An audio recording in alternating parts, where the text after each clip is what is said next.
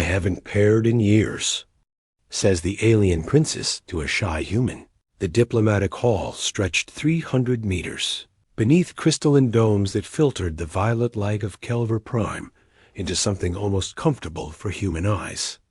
Tom Richardson stood near the refreshment station, trying to make himself invisible among the crowd of dignitaries, ambassadors, and various alien officials who actually belonged at this kind of gathering. He was a maintenance technician. His job was fixing broken environmental systems on human vessels, not attending grand celebrations marking the 5th anniversary of the Terran-Calvari Alliance. But his supervisor had fallen ill. Someone needed to represent their station, and somehow Tom's name had been pulled from the rotation roster. Now he wore an ill-fitting formal uniform and clutched a glass of something blue that he was too nervous to drink. "You look as uncomfortable as I feel," came a voice beside him. Tom turned and immediately felt his heart stop. The woman addressing him stood nearly 7 feet tall, her skin a pale lavender that seemed to shimmer under the dome light. 4 elegant horns curved back from her forehead, decorated with golden bands that marked her as Calvari nobility. Her eyes were large and dark, almost entirely black except for flecks of silver that caught the light when she moved. Tom stammered, recognizing her face from the briefing materials. This was Princess Naveen, the 3rd daughter of the Calvari Empress. "Your Highness, I didn't mean to—" "Please," she interrupted with a slight smile. "If one more person calls me that tonight, I might break tradition and simply leave." She gestured to the empty space beside him. "May I stand here? You seem to have found the only quiet corner in the entire hall." Tom nodded, unable to form words. She moved with fluid grace, her long robes trailing behind her like water. When she settled beside him, he noticed she held no drink, wore no formal decorations beyond her horn bands, and seemed genuinely relieved to be away from the crowd. "They are celebrating us," she said after a moment, her voice carrying a musical quality that all Calvari possessed. "The Great Alliance. 5 years of peace and cooperation. Trade routes. Cultural exchanges. All very important, I am sure." "You don't sound convinced," Tom managed, surprising himself. Naveen glanced at him with what might have been approval. "I believe in the Alliance. My people needed it desperately after the Hive Wars.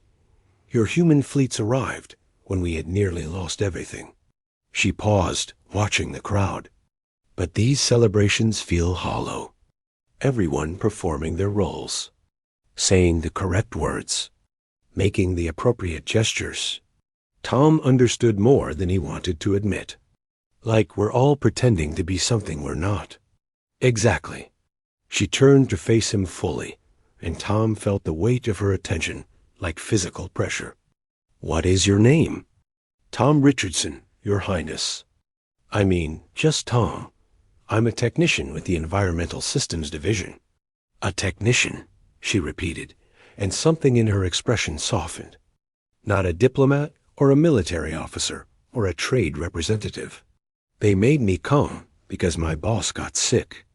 I fix air recyclers and water purifiers." For the first time, Naveen laughed. The sound was melodic and genuine, turning a few heads in their direction. Tom felt his face flush. "That is wonderful," she said. "Finally, someone honest. Do you know what everyone has been saying to me tonight? They tell me how beautiful I look, how graceful, how honored they are to be in my presence. Not one has mentioned that I am here alone or asked me a single genuine question about my life." Tom studied his boots. "Well, you do look beautiful, but you said it like you meant it, not like you memorized it from a protocol manual." She tilted her head, a distinctly Calvari gesture of curiosity. "May I ask you something personal, Tom, who fixes air recyclers?" "I guess so. Do you have a mate? Is that the correct human term?" Tom nearly dropped his glass. No, I don't. I'm not really the type people notice." Naveen made a soft sound that might have been understanding. I haven't paired in years, she said quietly, using the Kelvari term. My station makes it difficult. Suitors approach me with calculations in their eyes. They see political advantage, trade agreements, military alliances. They see everything except me. The vulnerability in her voice made Tom forget his nervousness. That sounds lonely. It is. She looked at him with those silver-flecked eyes. Do you know what I find fascinating about humans? Our stubbornness? That's what most species mention. She smiled. That, yes.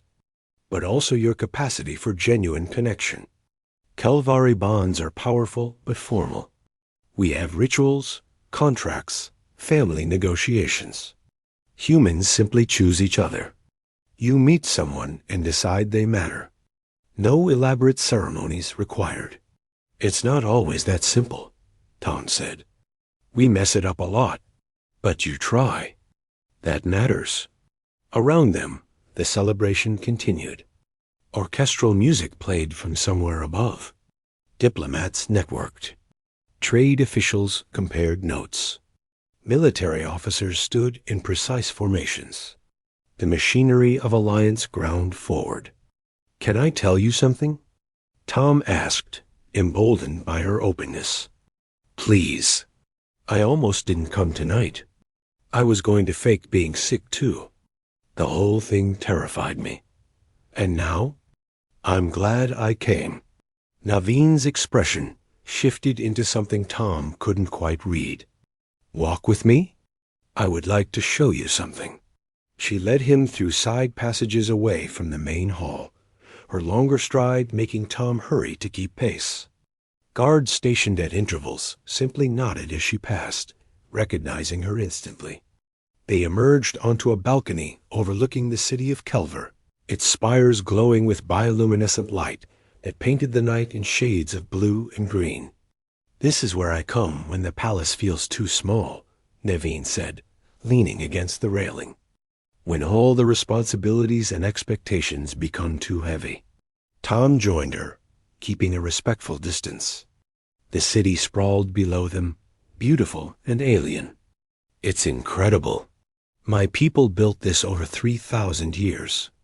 Every spire represents a family line, every bridge a historical alliance. We are creatures of tradition and history. She turned to him. But sometimes I wonder what it would be like to simply be a person. Not a princess, not a symbol, not a piece in political arrangements. Just Naveen. You are Naveen, Tom said. The other stuff is just what you do, not who you are. She stared at him for a long moment. How did a human technician become so wise? I'm not wise. I just fix things that are broken and try not to overthink it. Maybe that is wisdom. She straightened, and Tom could see the decision forming in her expression. Would you consider something highly irregular? Depends on what it is. Accompany me to the remaining celebrations this week. Not as a diplomat or a political gesture. Simply as someone I can speak with honestly. Someone who sees me rather than my title. Tom's mind raced through 100 reasons why this was impossible. The scandal it might cause. The attention it would bring. The fact that he was completely out of his depth. But he looked at her face and saw hope there. Real, vulnerable hope. I'm not sure how much help I'll be, he said. I don't know the protocols or the proper ways to address people, or any of that stuff. Good, Naveen said firmly. I am surrounded by people who know all those things. I need someone real. Tom extended his hand, a human gesture she might not recognize. Then I guess you've got yourself a date. Is that the right word? Naveen looked at his hand, then carefully took it in hers. Her skin was warmer than he expected, her fingers longer and more delicate. I believe it is. They stood on the balcony as the city lights flickered below, two lonely people who had found unexpected connection in a galaxy that often felt too vast and complicated. Behind them, The celebration continued without them. Ahead, Tom could already imagine the confusion and gossip their appearance together would cause. But Naveen was smiling, really smiling, and Tom realized he was too. Sometimes fixing broken things meant taking risks. Sometimes it meant stepping outside comfortable patterns. And sometimes, Tom thought as he stood beside an alien princess under violet skies, it meant just being honest about what you wanted. I should probably learn more about Kelvari customs, Tom said, so I don't accidentally insult someone important. I will teach you, Naveen promised. And you can teach me about air recyclers. Tom laughed. That's possibly the least romantic thing anyone has ever said. Romance begins with honesty, she replied. Everything else follows. In the distance, fireworks bloomed across the sky, marking some ceremonial moment in the celebration. But Tom and Naveen stayed on their balcony, talking quietly about everything and nothing, building something neither had expected to find. The galaxy was vast and complicated, but in that moment, it felt perfectly simple.